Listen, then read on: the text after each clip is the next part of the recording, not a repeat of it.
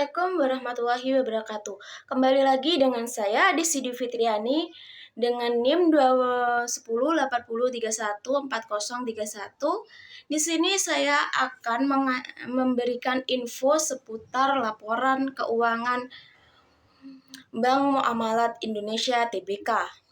Bank Muamalat Indonesia berdiri pada tanggal 24 Rabiul Tsani 1412 Hijriah atau 1 November 1991.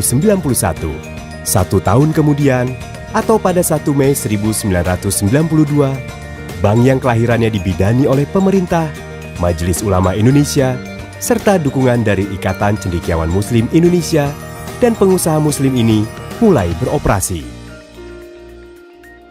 Sebagai pionir perbankan syariah, Bank Muamalat memiliki visi untuk menjadi the best Islamic bank and top 10 bank in Indonesia with strong regional presence yang ditargetkan tercapai pada tahun 2025. Penghimpunan Dana Muamalat Indonesia. Yang pertama ada Wadiah Yad Damanah.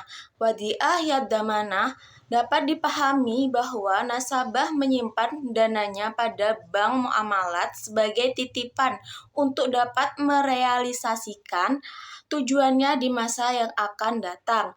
Akad ini terdapat beberapa jenis produk-produk seperti berikut. Yang pertama yaitu tabungan IB Hijrah Haji. Yang kedua, tabungan IB Hijrah, tabungan IB Hijrah Falas, tabunganku, tabungan IB Rencana, tabungan IB Hijrah Prima, tabungan IB Hijrah Simple. Yang kedua, Mudharabah Mutlaqah. Mudharabah mutlaqah dapat dipahami bahwa nasabah menyimpan dananya pada bank muamalat sebagai dana investasi dengan tujuan mendapatkan bagi hasil dari bisnis yang dijalankan oleh bank.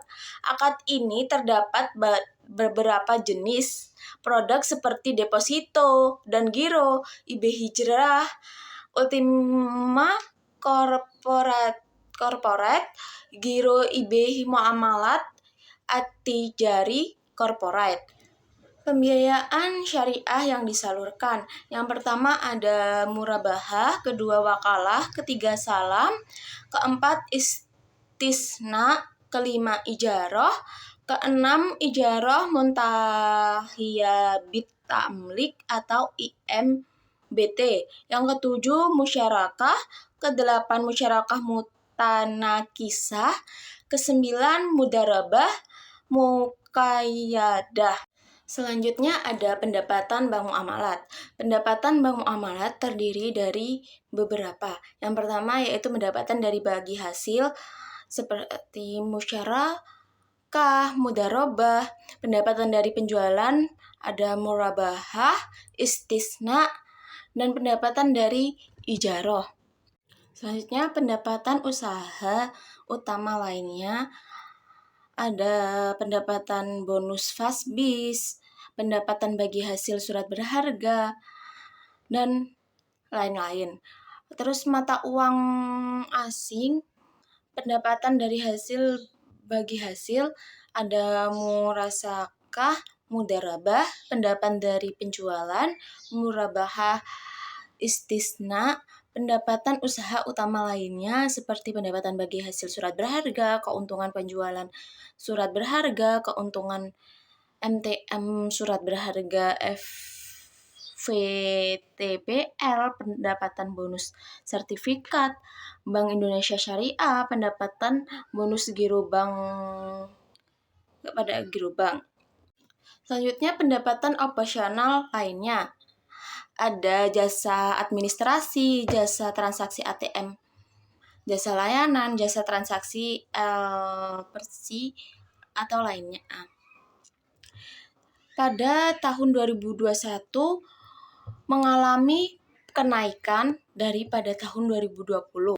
Pada tahun 2020 sebesar 572 miliar dan pada tahun 2021 sebesar 583, yang artinya dia mengalami kenaikan. Selanjutnya ada laporan keuangan PT Bank Muamalat Indonesia (TBK) pada tahun 2021 yaitu yang pertama ada laporan posisi keuangan. Laporan posisi keuangan ini pada jumlah aset pada tahun 2020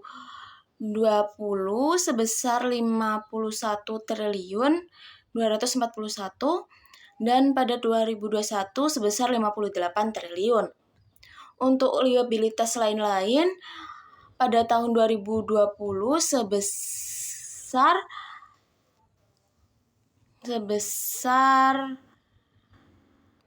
9 triliun dan pada tahun 2021 sebesar 11 triliun. Selanjutnya ada laba usaha.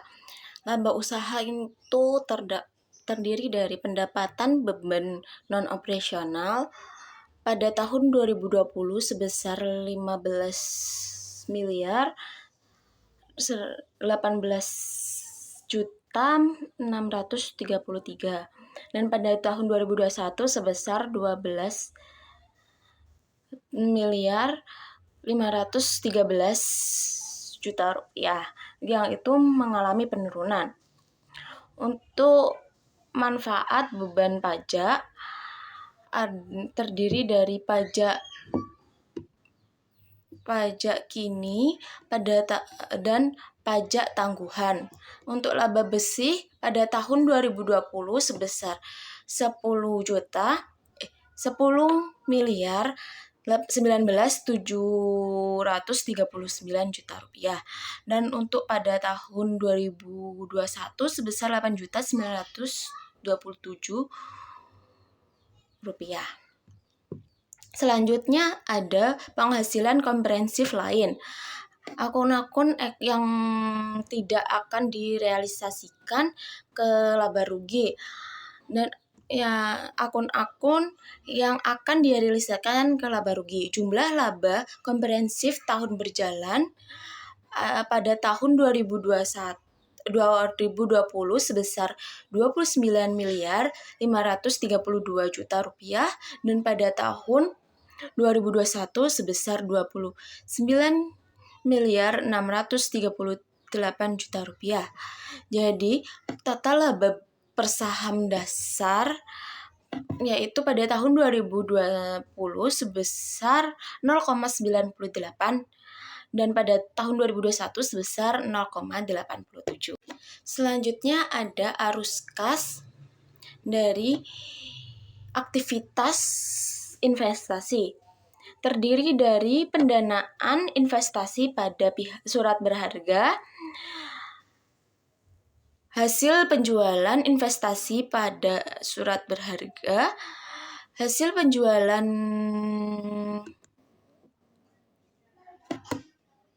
surat aset tetap, dan pembelian aset tetap.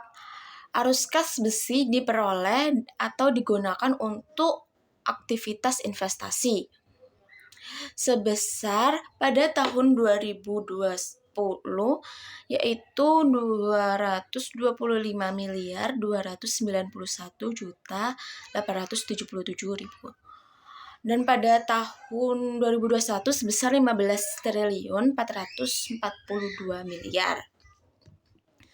Untuk arus kas dari aktivitas pendanaan yaitu berupa pencairan atau penempatan sertifikat investasi mudharabah, penerbitan suku mudharabah, penerimaan pinjaman diterima, pembayaran pinjaman diterima, pembiayaan utang dividen, penerimaan repo, pencairan depo.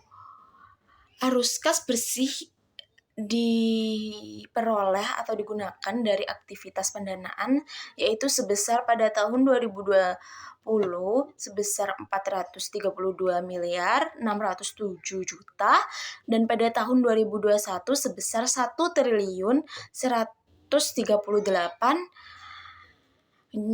miliar 769 juta yang artinya aktivitas pendanaan ini mengalami kenaikan pada tahun 2021. Selanjutnya yaitu kenaikan atau penurunan bersih kas dan setara kas. Kas dan setara kas pada awal tahun sebesar pada tahun 2020 sebesar 3 triliun 648 miliar 51 juta, dan pada tahun 2021 sebesar 4 triliun 65 miliar. Jadi, kas dan setara kas pada akhir tahun pada tahun 2020 sebesar 4 triliun 65 miliar 300 juta, pada tahun 2021 sebesar 7 triliun 649 miliar 19 juta rupiah. Maka kas dan setara kas pada tahun 2021 itu lebih mengalami kenaikan daripada kas dan setara kas pada tahun 2020. Selanjutnya ada laporan rekonsiliasi pendapatan dan bagi hasil, yaitu berupa pendapatan usaha utama atau akrual, yang ada pengurang pendapatan tahun berjalan yang kas atau setara kasnya belum diterima dari piutang murabahah, piutang ijarah, pembiayaan mudharabah, pembiayaan musyarakah, dan pendapatan surat berharga Bank Indonesia. Pada tahun 2020 sebesar 556 miliar 55 juta rupiah, dan pada tahun 2021 sebesar 472 miliar 576 juta rupiah, yang artinya pada tahun 2001 ini mengalami penurunan daripada 2020. Nah, untuk penambahnya yaitu dari pendapatan tahun sebelumnya yang kasnya diterima pada tahun berjalan dari piutang murabahah, piutang ijarah, piutang murabah, pembiayaan mudharabah, pembiayaan musyarakah, surat berharga, pendapatan surat berharga Bank Indonesia, yang berjumlah pada tahun 2020 sebesar 280 miliar 937 juta rupiah, dan pada tahun 2021 sebesar 556 miliar 55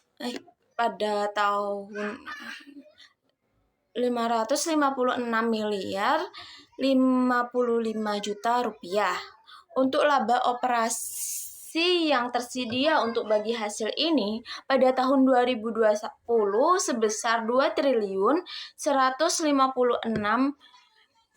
miliar 489 juta rupiah, dan pada tahun 2021 sebesar 2 triliun 320 miliar 457 juta rupiah, yang artinya dia bertambah. Selanjutnya ada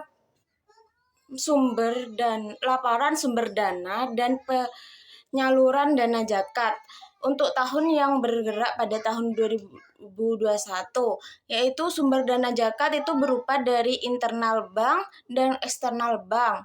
Pada tahun 2020 sebesar 10 miliar 293 juta rupiah, dan pada tahun 2021 sebesar 8 miliar 196 juta rupiah, yang artinya dia mengalami penurunan. Untuk penyaluran dana zakatnya itu berupa Baitul Mal Muamalat atau BMM, dompet duafa, dan Basnas, dengan surplus nilai pada tahun 2020 sebesar 10 miliar 293 juta rupiah, dan pada tahun 2021 sebesar 8 miliar 196 juta rupiah. Untuk laporan sumber dana dan penggunaan dana kebijakan.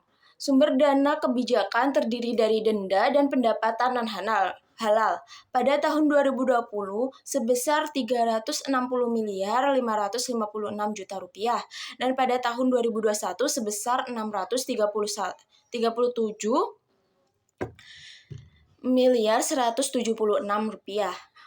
Selanjutnya, penggunaan dana kebijakan itu terdiri dari sumbangan yang pada tahun 2020 sebesar 360.556 juta rupiah dan pada tahun 2021 sebesar 637.176 juta rupiah, yang artinya dia mengalami kenaikan pada tahun 2021. Baik, itu semua yang bisa saya sampaikan untuk informasi kepada Anda semua. Kurang lebihnya mohon maaf. Wabillahi taufiq wal hidayah. Wassalamualaikum warahmatullahi wabarakatuh. Preview.